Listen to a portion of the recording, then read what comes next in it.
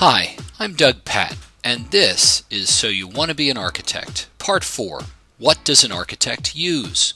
Aside from the wide variety of items an architect uses to physically create the drawings, specifications, models, and paperwork necessary to make buildings, the architect uses elements of style to create buildings. Let's break style down into 4 components: scale, form, complexity, and material, and look at examples of each as they pertain to being used by the architect. Much has been made throughout the history of art and architecture over scale, from DaVinci's canon of proportions to Le Corbusier's modular man. How buildings reflect and accommodate human scale is a key component of architects' work. From the beginning, architects like Andrea Palladio used ratio and proportion found in nature to create harmonious buildings. From Frank Lloyd Wright's cozy interiors to the Grand Palace of Versailles, to the Hancock skyscraper of Boston, whose scale overwhelms the famous Trinity Church but was designed to reflect its beauty nonetheless. A building can be scaled to the human figure or scaled in a more ambiguous manner.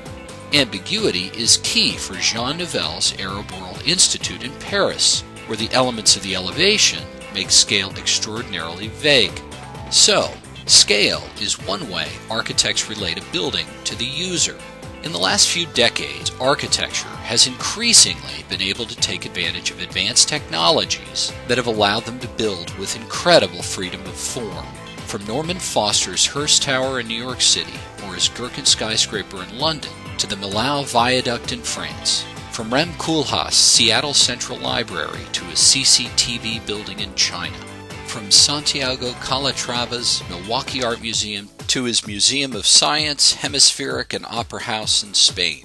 With Herzog at Meurons' Bird's Nest Arena in China or Renzo Pianos Nemo Museum in Amsterdam.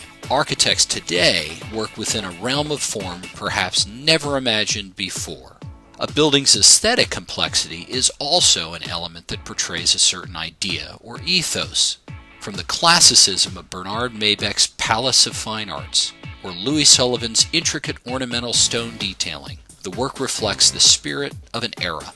There's detail that might emphasize verticality, as in Raymond Hood's Chicago Tribune building, Philip Johnson's PPG Place in Pittsburgh, or Cesar Pellis Patronis towers in Malaysia, or horizontality, as in Frank Lloyd Wright's Prairie-style homes. A building can also be ornamental in a unique way, like Antonio Gaudis' buildings, or simplified to only steel and glass, as in Mies Van Der Rohs' aesthetic. Complexity can be stripped down to bare form, as in Corbusiers' La Tourette, or Louis Kahns Salk Institute. Lastly, every building ever made is made from something. The material an architect chooses to build with is affected by both cost and intent. From IM Peis Louve Pyramid and Bank of China Tower of steel and glass to the concrete work of Zaha Hadid. From the cold steel exteriors of Sir Richard Rogers in the Lloyds of London building to the cool white porcelain tiles of Richar Meier or the stone facades of Herzog and Meurons.